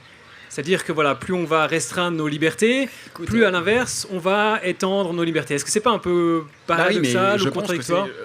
Je pense que c'est vrai. Quand cette conférence va s'achever, moi je vais retourner chez moi sans avoir la peur au ventre, parce que je sais que les gens qui me détestent et qui auraient envie de m'égorger n'ont pas le droit de le faire. Donc c'est bien parce que leur liberté de m'agresser est réduite que, in fine, nous pouvons quand même jouir d'une... Alors, de temps en temps, il y a quand même des agressions et des viols et des meurtres, mais enfin, il y en a trop, mais il y en a moins, beaucoup moins que si c'était autorité. Donc c'est bien parce qu'il y a des lois qui interdisent les comportements les plus brutaux que nous avons la liberté de nous mouvoir dans une relative insouciance. Et je crois que ce vers quoi nous nous précipitons en ce moment, quand il y aura par exemple entre 300 et 700 millions de réfugiés climatiques, on parle de 2050 là, c'est-à-dire demain, 2050, si tout se passe bien, on sera tous encore en vie ce soir. Enfin, pas ce soir, mais tous ceux qui sont là ce soir seront encore en vie en 2050, c'est dans 20 ans. Non, 30 ans.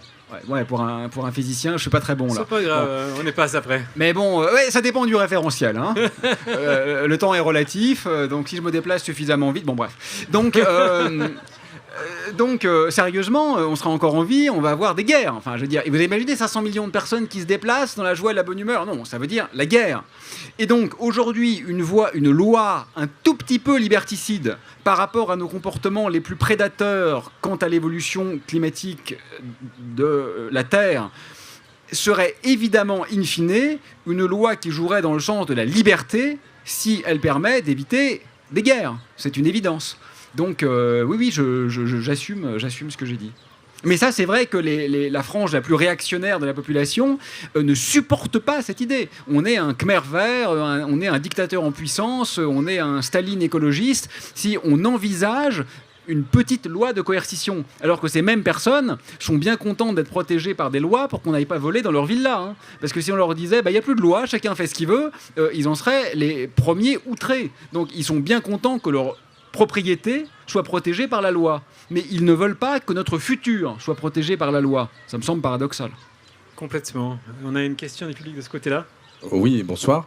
Moi, j'aurais trois questions, interrogations. La première question, quelle est pour toi, pour vous, la bonne échelle de gouvernance? Parce que c'est vrai qu'on voit au niveau municipal, les compétences sont restreintes, il y a une volonté, mais on arrive déjà à avoir du mal à faire l'Europe. Alors les États, comme tu disais, organisés au niveau du monde, c'est difficile. Quelle est, si on peut dire à court terme, la bonne échelle de gouvernance? Le deuxième point, c'est l'option décroissance. Moi, je dis pourquoi pas. Mais du coup, comment finance-t-on la solidarité intergénérationnelle, la solidarité sociale, les retraites, etc. S'il n'y a plus de création, alors j'aime pas trop le terme de richesse, mais plutôt de plus-value sociale ajoutée, comment est-ce qu'on répartit et partage? Et le troisième point, avant l'enjeu climatique, n'y a-t-il pas à régler l'enjeu de la surpopulation, notamment de l'Afrique? Voilà. Ah, intéressant. Je note parce que... Après, je vais oublier. Alors, la première question, c'est la plus simple. La réponse, c'est je ne sais pas. Sur quelle est la bonne échelle? Non, mais je plaidais tout à l'heure, je prêchais tout à l'heure pour un peu d'humilité. Je pense que tout le monde ne doit pas se prononcer sur tout. Moi, je ne suis pas compétent en sciences politiques. Je constate que ça ne marche pas, mais je pense que c'est plus modeste et plus honnête de vous répondre, de te répondre. Je n'en sais rien. Voilà. Je crois que c'est certainement une échelle plus petite. Mais il faut faire attention, parce qu'une échelle plus petite, ça a aussi des effets pervers. Parce qu'on n'a quand même pas envie de fermer les frontières. Ça, pour le coup, ça serait un peu dictatorial. Mais si on ne ferme pas les frontières et que tout le monde ne joue pas le jeu, on voit très bien ce qui va se passer. C'est une évidence. Donc, c'est compliqué. Mais enfin, il y a quand même des gens qui sont nos dirigeants dont c'est le métier de résoudre ces problèmes compliqués. Donc, plutôt, effectivement, que de faire des opérations de com', ils devraient plutôt s'atteler à ces problèmes compliqués. Alors, le deuxième point de ce que vous disiez, c'est tout à fait vrai que si on entre en régime de décroissance, et j'insiste, on va y entrer de toute façon. Le problème, c'est que si on attend que les stocks de pétrole ne soient plus disponibles pour ça, non seulement on va être contraint, et donc ça se fera de manière sociologiquement terrible, et ensuite ça sera trop tard du point de vue climatique. Donc ça va avoir lieu de toute façon. Ça va forcément être un peu difficile, mais je crois que quand même l'essentiel de la réponse, c'est un peu dans ce que vous disiez, c'est précisément quand même dans ce mot partage. On a atteint aujourd'hui un niveau d'inégalité. Bon, alors le comptage de Oxfam est un peu sujet à caution, mais enfin, on sait qu'à peu près les gens qui se comptent sur les doigts des deux mains ont autant de richesses que la moitié de l'humanité. Ça, c'est quand même un peu problématique. Donc je crois que même dans une enveloppe globale qui diminue, un peu plus de partage rendrait les choses non seulement acceptables, mais même bienfaisantes pour la plupart d'entre nous. Vous parliez des retraites. Moi, je suis très étonné par les retraites. Les gens qui ont bien gagné leur vie continuent finalement de bien gagner leur retraite. Donc ils ne font plus rien, puisque par définition, ils sont à la retraite. Ils ont mis beaucoup d'argent de côté, puisque par définition, ils ont bien travaillé pendant l'essentiel de leur vie. Mais l'État continue de leur donner, alors même qu'ils ont déjà généralement une belle maison et de belles réserves, quelque chose qui est à l'image de leur vie active. C'est assez étrange quand on y pense. Moi, je trouve... ça m'avantagerait pas forcément, hein, parce que je fais partie plutôt des gens aisés finalement à l'échelle globale, mais que les femmes de ménage dans mon labo qui ont fait un travail de merde, pas de merde au sens de l'intérêt, parce que c'est fondamental le travail qu'elles font, mais de merde au sens où c'est quand même pas très agréable à faire, payer 3 fois rien, je trouve que finalement à la retraite elles gagnent la même chose qu'un professeur d'université comme moi qui s'est quand même plutôt fait plaisir pendant sa vie, finalement ça serait assez normal. Et, moi j'y perdrais, ça c'est vrai, mais en même temps j'aurais mis suffisamment de côté, je suis déjà propriétaire de mon logement à moins de 50 ans, je suis sûr qu'elles ne le sont pas. Et donc, je pense quand même qu'un peu de rééquilibrage résoudrait une grande partie du problème. Voilà. Mais, vous avez raison, ça sera dur. Ça sera forcément dur. Et le dernier point, alors ça c'est intéressant, c'est la surpopulation. Alors, ça serait forcément un peu plus facile si on était un peu moins nombreux. Ça, je pense que c'est vrai. Mais je ne crois pas que ce soit le problème majeur. Je ne le crois vraiment pas. Alors, d'abord, vous parlez de la surpopulation en Afrique. Mais la population, on est d'accord, il faut la compter par unité de surface, c'est-à-dire par habitant au mètre carré, parce que l'Afrique, c'est un continent que nous, on a dessiné comme tel, mais ça n'existe pas en tant que tel. En tant que tel, il y a la Terre, et il y a un nombre d'humains par mètre carré. À ce moment-là, c'est pas du tout l'Afrique qui est en surpopulation, c'est l'Europe. L'Europe est beaucoup plus peuplée que l'Afrique en habitants par mètre carré. Donc c'est à nous de faire l'effort, c'est pas à eux. L'Afrique est très très très très loin en dessous de l'Europe en termes de densité de population. Ensuite, je pense qu'il y a plusieurs problèmes avec ça. Le premier problème, c'est que le fait est, ça c'est pas idéologique, c'est factuel, que 90% en gros de l'empreinte climatique et de l'empreinte sur la biodiversité est due à 10% de la population mondiale. Donc ça, c'est déjà, je trouve, une preuve qu'en fait, c'est pas le nombre total qui compte, mais c'est les 10% les plus riches. Bon. Donc on peut diminuer les 90% les plus pauvres, mais c'est justement pas eux qui sont en train de nous mettre dans le mur. Donc c'est un peu paradoxal de demander à ceux qui ne sont pas à l'origine du problème de faire l'effort. Et le troisième point, c'est que je pense que c'est aussi lié à l'idée de pérennité.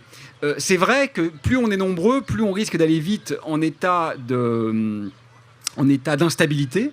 Mais en même temps, ça, c'est pas ce que vous dites, hein, mais j'ai peur qu'il y ait un implicite qui est de dire, bah, finalement, si on était moins nombreux, on pourrait quand même continuer à se gaver encore pendant très longtemps.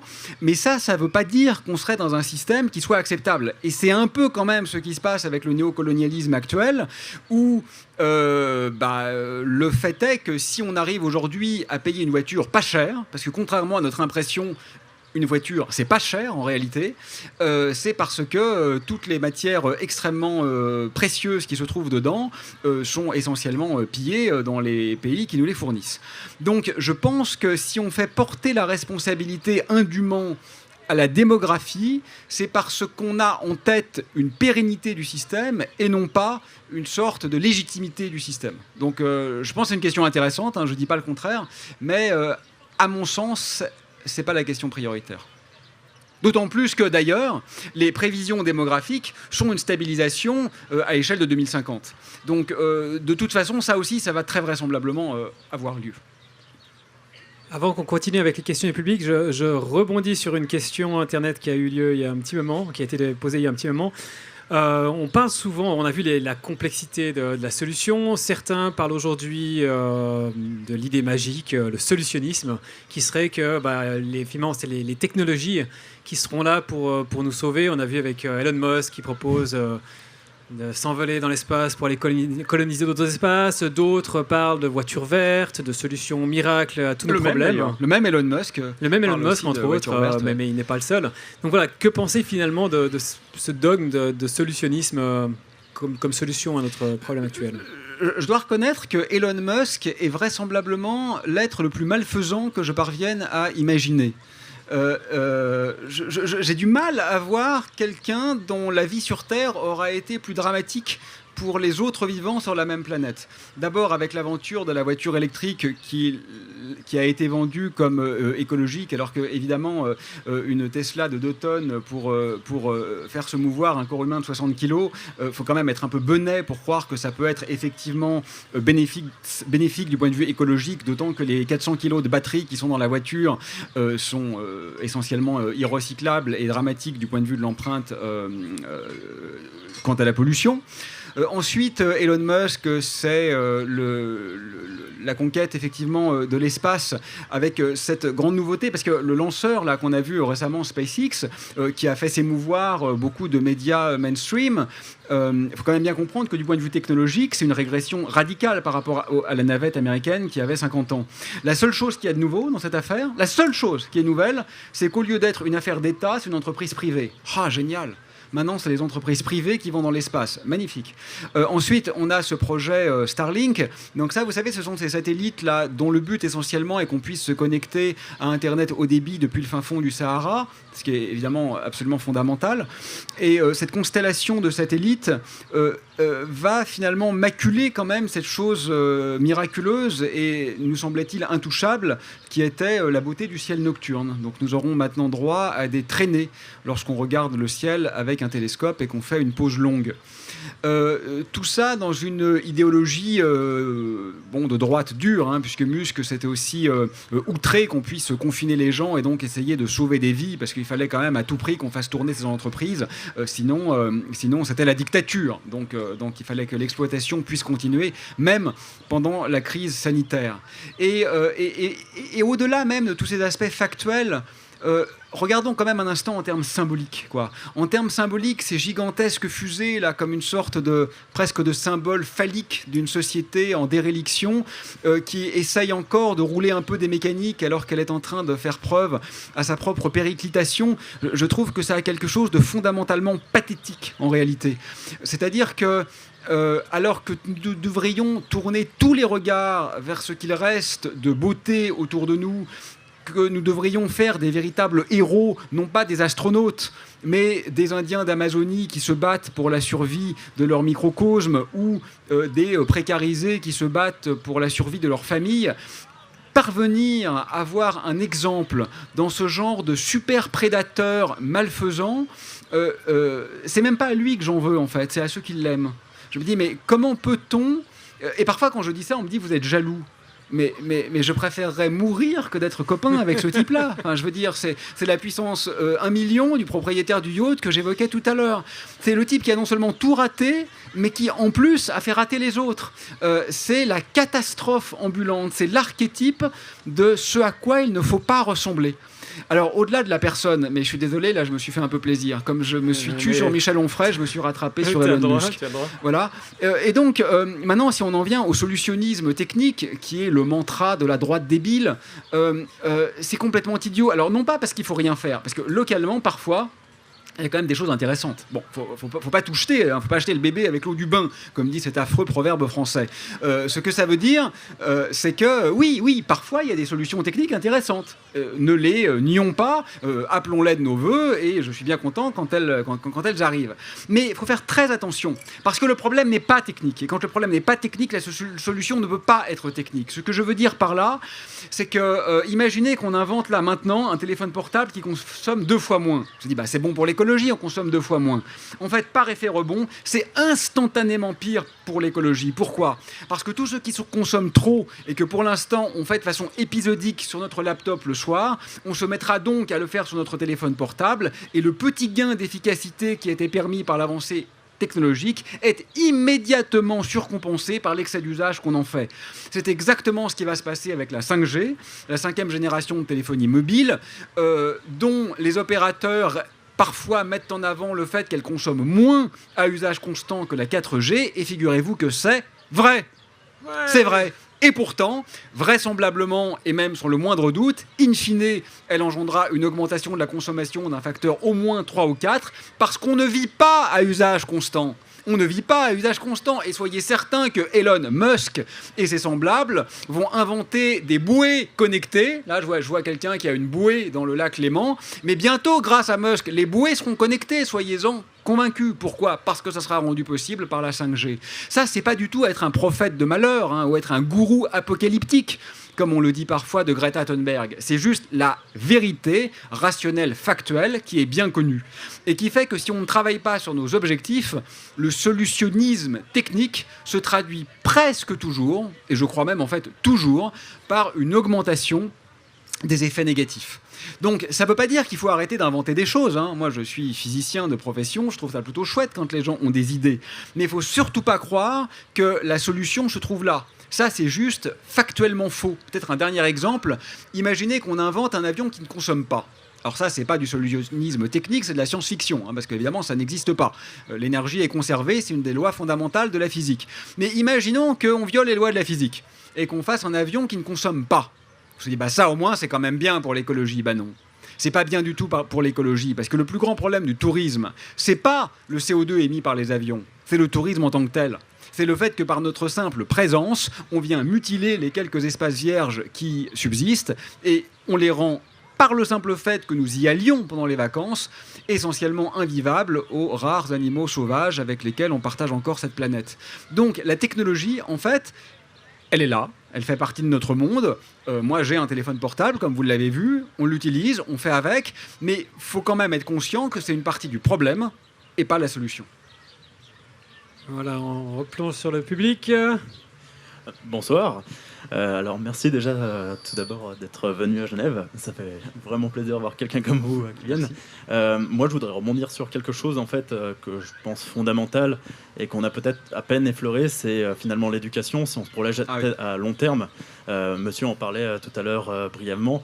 Mais pour moi qui travaille dans une ONG québécoise justement qui fait à la fois et de l'éducation et de l'environnement, je me rends compte que là où on a le plus de résultats, c'est notamment quand on travaille avec des jeunes et notamment dans l'environnement ou directement par exemple dans des fermes qui font de la permaculture ou d'autres initiatives de ce genre. Et il faut se rendre compte aussi qu'on est très conditionné notamment par ce qui nous fait. C'est-à-dire les gens qui nous éduquent, les gens, nos parents, enfin tous ceux qui ont une influence sur nous très tôt. Et je pense qu'on peut le voir avec la jeune génération, on a de plus en plus de jeunes sensibles notamment à l'environnement, parce que c'est aussi quelque chose qu'on commence seulement à voir dans les programmes d'éducation de l'école de manière générale. Et c'était peut-être pas le cas pour nos parents. Enfin, je pense pas que mes parents aient fait des cours d'écologie à partir du CM2 et ceci jusqu'à l'université. Je pense que c'était très rare à l'époque. Et autre chose, je pense que les initiatives qui peuvent se faire en même temps, donc c'est-à-dire par les parents ou les personnes un peu plus âgées, peuvent aider en attendant que ces jeunes-là grandissent et arrivent à maturité pour faire eux-mêmes changer les choses et pérenniser en fait le combat que l'on fait actuellement, peut être quelque chose de bénéfique et de complémentaire à cette éducation environnementale. Comme tu as dit, en fait, c'est un travail sur plusieurs échelles et plusieurs échelles de temps notamment. Donc je pense pour moi, et je voudrais connaître ton avis notamment sur cet aspect d'éducation et sur ce qu'il faudrait faire. Est-ce que ce serait des initiatives environnementales et notamment par exemple, j'aide en ce moment en tant qu'architecte paysagiste des gens de Cartigny à faire un jardin de permaculture, mais également d'inclure du coup les jeunes et les enfants des écoles dans ce système, dans ce type d'éducation-là, en développant notamment les cours, que ce soit en plein air. Je sais qu'il existe aussi Montessori, ouais, désolé. Il existe de nombreuses méthodes. Je voudrais savoir en fait ton opinion sur cela. Oui, bien sûr, je suis d'accord avec toi. L'éducation, c'est important, mais en fait, c'est tellement important que c'est très difficile. Changer un programme scolaire, ça suscite des résistances incroyables. Alors, la première chose que je voudrais dire, c'est qu'il faut faire attention, c'est pas du tout ce que tu as dit, hein, mais il faut faire attention au fantasme ou à l'espoir que les jeunes vont résoudre le problème. National Geographic a publié assez récemment un sondage qui montre que la frange de la population, alors je ne sais plus dans quel pays, mais c'est un des pays européens, où le climato-scepticisme était le plus élevé, c'est les 18-24 ans. Donc, faut surtout pas avoir l'impression que c'est un problème de vieux cons. Il y a aussi beaucoup de jeunes cons, en fait. Voilà, c'est comme ça. Il y en a partout. Non, mais je dis cons en rigolant, parce qu'en fait, c'est pas forcément leur faute. Mais il y a aussi énormément de complotisme, de conspirationnisme, et puis tout simplement de désir, parce que c'est quand même chouette, hein, tous ces gadgets avec lesquels on fait nos vies. Et donc, je suis pas persuadé, pour être honnête, moi, que l'avenir vienne des jeunes. Je me permets de redonner l'exemple, parce que je me sens proche de ça, de ce qui se passe en Algérie, parce qu'il y a une révolution qui est en cours en ce moment, avec un truc super intéressant. Et essentiellement, c'est des jeunes qui sont dans la rue. Et ils ne demandent pas moins de technologie, moins de confort, moins de PIB, moins d'ordinateurs et moins de voitures. Hein. Et comment leur en vouloir ? Je le dis pas du tout en un sens paternaliste, en fait, pas du tout, au contraire même, moi je les trouve exemplaires. Je pense que l'Occident a à apprendre d'eux. Je pense qu'aujourd'hui il faut retourner le rapport d'exemplarité entre les pays occidentaux et les autres. Mais une fois qu'on a dit ça, les aspirations sont ce qu'elles sont, et on ne peut pas juste les mettre sous le tapis. Alors après, pour ce qui est de l'enseignement ici, en termes pragmatiques, ce qui est très compliqué, c'est que la limite entre la factualité et l'idéologie est toujours poreuse. Et en fait, moi, je crois même qu'elle n'existe pas, cette limite. Et que dès qu'on parle de choses un peu subtiles, oui, la Terre est ronde, ça c'est factuel, là tout va bien. Mais dès qu'on parle de choses subtiles, c'est très compliqué. C'est très compliqué. Pourquoi ? Parce qu'on n'est pas tous d'accord sur la nature du problème. Il y a tout à l'heure, là, quand je marchais, peut-être qu'il est revenu, il y a un monsieur qui m'a demandé est-ce qu'il est trop tard ? Et je lui ai répondu mais trop tard pourquoi ? Et tout est là. Trop tard, pourquoi ? Et en fait, je crois que pour lui, enfin, j'ai pas bien entendu sa réponse, mais je crois avoir compris que la réponse était trop tard pour que mes enfants et mes petits-enfants continuent à vivre. Ah, ça, c'est une question bien posée. Mais pour moi, par exemple, j'ai aussi des enfants, donc j'aimerais bien qu'ils vivent, il n'y a pas de doute là-dessus. Mais pour moi, c'est pas ça la vraie question. Je pense que si l'humanité survit sans trop de dommages, ce qui est peu probable d'ailleurs, mais si l'humanité survit sans trop de dommages et qu'on continue avec des centaines de milliers, de milliards d'animaux qui meurent chaque année, ça reste très problématique. Mais pour beaucoup de gens, c'est pas du tout un problème, ça. La seule question est, l'espérance de vie des humains diminue-t-elle, oui ou non ? Si elle ne diminue pas, on peut flinguer tout le reste de la biosphère, on n'en a rien à foutre. Et donc, à partir du moment où nous ne sommes juste pas d'accord sur nos valeurs, et ça, c'est pas factuel, t'es d'accord, c'est pas scientifique. La personne qui te dit, moi je m'en fous complètement que la forêt amazonienne disparaisse et que 1 million d'espèces disparaissent, qu'est-ce que tu veux lui dire ?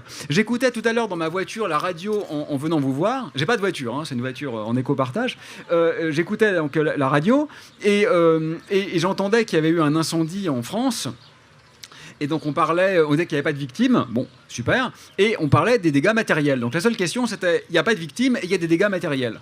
Le fait qu'il y ait, j'en sais rien, des millions, des milliers, des milliards, je ne sais même pas, d'animaux qui sont morts brûlés vifs dans les flammes, n'est pas une information. Ça ne fait pas partie du réel. Il n'y a pas de morts humains et il y a des dégâts matériels. Le reste n'existe. Éventuellement un peu de CO2 émis, ça nous embête parce que ça va avoir un effet sur nous. Mais l'altérité réelle, c'est-à-dire les vivants non humains, n'existe pas dans nos imaginaires. Et donc si on commence à parler éducation, c'est compliqué parce qu'on n'est pas tous d'accord sur ce qui est important. Et donc... et ça peut être pire que tout en fait, parce que si on prend le problème par un certain prisme très réduit, par exemple uniquement le problème émissions de gaz à effet de serre, on peut arriver à une solution qui est scientifiquement correcte, mais qui en fait sera encore plus dévastatrice pour la biosphère que si on ne fait rien. J'ai des exemples en tête de ce type-là. Donc, je suis d'accord avec toi que l'éducation est certainement le nerf de la guerre, mais c'est tellement le nerf de la guerre que c'est extrêmement difficile d'y toucher. Et c'est une question qui est subtile, là, pour le coup. Parce que... moi, je suis assez favorable à ce qu'on propose aux enfants et aux jeunes des visions alternatives, mais tant que les alternatives me conviennent. Si les visions alternatives, c'est par exemple le créationnisme et de leur expliquer qu'il n'y a pas eu d'évolution entre les espèces, j'avoue que ça m'embête un peu. Et on est tous comme ça, en fait. On est tous d'accord avec les alternatives, enfin, tant que les alternatives ne nous choquent pas trop. Si les alternatives commencent à trop choquer nos propres croyances ou nos propres dogmes, on commence à ne plus être d'accord avec les alternatives. Et le problème, c'est que si tu veux commencer à enseigner aux gamins que la décroissance, c'est bien, alors là, je t'assure que ça ne va pas se faire dans la joie et la bonne humeur. Hein. C'est compliqué. On va passer à une dernière question du public. On s'était fixé comme durée limite 1h30. Je sais que c'est un peu frustrant. J'ai encore une liste de questions longue comme le bras. Mais toute bonne chose a une fin. Bonsoir, merci. Je vous remercie pour ces temps. Je m'appelle Nia, je suis technicien informaticien. Ma question, c'est de comprendre d'abord ce que vous dites. Qu'est-ce que vous définissez par pauvreté et riche? Et c'est ma seule question. Merci. Ah, mais c'est parfait. Mais du coup, moi, je ne vais même pas répondre. Je vais dire que la question que tu poses, pour moi, c'est tout l'intérêt de ce qu'on est en train de faire en ce moment, en fait. C'est que justement, si on considère que la définition de la pauvreté et de la richesse, c'est celle qui est aujourd'hui utilisée pour évaluer, par exemple, le produit intérieur brut ou la croissance ou ce genre de choses, alors on est foutu. Et je suppose que si tu poses la question, c'est parce que précisément, tu considères que cette définition usuelle des mauvais économistes est vraisemblablement une définition insatisfaisante. Moi, je ne sais pas quelle est la bonne. Mais rien que le fait que tu poses la question, c'est gagné. Ça veut dire que tu remets en cause la définition non dite usuelle implicite qui fait que si on la garde, on est foutu. Alors évidemment, moi j'ai envie de te répondre que, je ne sais pas moi, quiconque ici connaît par cœur un texte de Pasolini ou de Rimbaud est pour moi plus riche que le propriétaire du yacht qui est en face. On y revient. Pauvre homme. C'est peut-être une dame, hein, d'ailleurs. Pauvre femme. Voilà, mais bon... Enfin voilà, quoi. Ma seule réponse est, je suis d'accord avec toi, la question se pose. Voilà. Pour boucler la boucle de cette discussion, au tout début, tu nous avais dit, tu nous avais parlé de ton intérêt ou ta carrière météoritique en parlant de ce que tu fais en l'occurrence pour l'écologie. J'ai cru comprendre que voilà, qu'il y avait un début, qu'il y a une fin assez soudaine, assez prochaine dans ton engagement. Je suis encore là ce soir, mais je pense que médiatiquement, je refuse 99% de ce qu'on me propose, parce que je pense que c'est vraiment important que la cause ne s'incarne pas, que ce soit pas comme ça quelques visages, mais que, au contraire, cette parole, cette croyance et parfois même cette connaissance se dissémine. J'ai pas tellement envie de parler de moi, c'est pas super intéressant, mais prenons un exemple le plus fort, c'est celui de Greta Thunberg. Je trouve qu'au début, ce qu'elle a fait, c'était génial. Ça a été vraiment, alors là, pour le coup, un météore, quoi. Une jeune fille qui disait des trucs extrêmement pertinents, elle était extrêmement cultivée du problème qu'elle abordait. Elle n'avait pas peur d'en mettre plein la gueule aux vieux cons qui n'avaient rien compris, qui d'un seul coup paniquaient dans leur orgueil viril parce qu'ils voyaient quelqu'un qui était beaucoup plus jeune et en plus une fille et qui maîtrisaient la question comme vraisemblablement ils n'y parviendront jamais. Moi, j'ai adoré Greta Thunberg version 1. Je trouve que maintenant, ça s'use un peu. Voilà. On a compris qu'est-ce qu'elle cherche, à en faire carrière, etc. Je pense qu'elle a fait ce qu'elle pouvait faire, et avec un brio incroyable. Elle a mis le problème sur la table pour des millions, peut-être des milliards de gens qui n'en avaient même pas connaissance. Bravo à elle. Maintenant, il faut entendre d'autres gens qui ont d'autres choses à dire, qui viennent d'autres milieux, qui viennent d'autres pays, qui viennent d'autres cultures, qui viennent d'autres religions, qui viennent d'autres connaissances, etc. Et je crois beaucoup à ça. Donc, moi, je sais pas, j'ai dit 2-3 trucs, pour une raison que j'ignore, ça a eu un peu d'écho, tant mieux, mais j'aimerais bien que maintenant, on entende parler d'autres gens.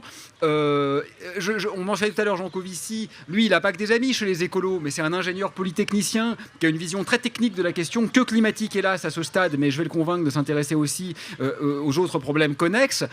Il énerve aussi beaucoup de gens parce qu'il n'a pas une vision négative sur le nucléaire. Peu importe, c'est une autre parole qui est intéressante. On achète ou on n'achète pas, mais qu'on l'écoute, qu'on le lise, c'est une parole intéressante qui commence à être médiatisée, ça me fait plaisir. Dans une toute autre mouvance, il y a des gens comme Valérie Cabanès qui travaillent sur une redéfinition des priorités Également, du point de vue légal, je pense que c'est absolument fondamental. Je parlais tout à l'heure de Baptiste Morisot, le rapport qu'il essaye d'instaurer avec les non-humains, en réenchantant en quelque sorte un rapport à la trace comme ça. Moi, je trouve que moi, ça m'a fait un effet presque physique de beauté. Et ces gens ne sont pas encore super médiatisés. Il y en a mille autres. Hein. Comment s'appelle-t-il ? Il y a mon ami Gansil là, qui va sortir un livre qui s'appelle Carnage, sur le rapport aux animaux, qui avait écrit un très bon livre où il invitait à ce qu'on arrête de se mentir, etc. Enfin bon, je ne vais pas citer tous les noms, mais il y a beaucoup de gens qui ne sont pas encore connus. Et le but, c'est pas d'être connu, hein. Le but, c'est juste que la parole soit entendue. J'aimerais bien qu'on les entende, et puis une fois qu'ils auront fait leur temps, on entendra d'autres. Enfin, on n'est pas là pour faire carrière, quoi. Aucun d'entre nous n'a envie de s'enrichir ou de faire un métier de son engagement. Enfin, en tout cas, pas un métier médiatique. Si certains vont dans des ONG, c'est très louable. Mais je veux dire, on ne va pas faire un métier de tourner sur les plateaux TV, quoi. Enfin, moi, en tout cas, ça me ferait horreur. Donc, c'est bien que ça tourne. Voilà. Merci. Dernière question, j'ai dit que c'était la dernière. Celle-ci, c'est la dernière. On a pris l'habitude ces dernières semaines, ces derniers mois, de demander à notre invité, finalement, pour toi, les Ban Epaki, c'est quoi ? Même si tu découvres aujourd'hui les Ban Epaki, mais... Bah, écoute, puisque tu es philosophe, je vais emprunter le mot de Michel Foucault qui parlait d'hétérotopie. Les hétérotopies, disait Foucault, ce sont des lieux radicalement autres. Vous voyez, topos, en grec, c'est le lieu. Utopie, c'est le non-lieu. Hétérotopie, c'est l'autre lieu. Foucault disait les civilisations sans navire sont comme les parents dont les enfants n'auraient pas un grand lit interdit sur lequel on puisse secrètement jouer. Leurs rêves alors se tarissent, l'espionnage y remplace l'aventure et la hideur des polices, la beauté ensoleillée des corsaires. Et je crois que ce lieu-là, ce tiers-lieu, donc, ou ce non-lieu, est exactement une hétérotopie. À quelques centaines de mètres, on a les grandes banques suisses, les joailliers, les horlogers. Et puis là, je ne savais même pas que ça existait. Il y a cette espèce de microcosme rayonnant. Donc voilà, pour moi, c'est ça, c'est ce lieu radicalement autre, qui pourtant est quand même inscrit dans une topologie. Voilà. Aurélien Barraud, un grand merci. Merci.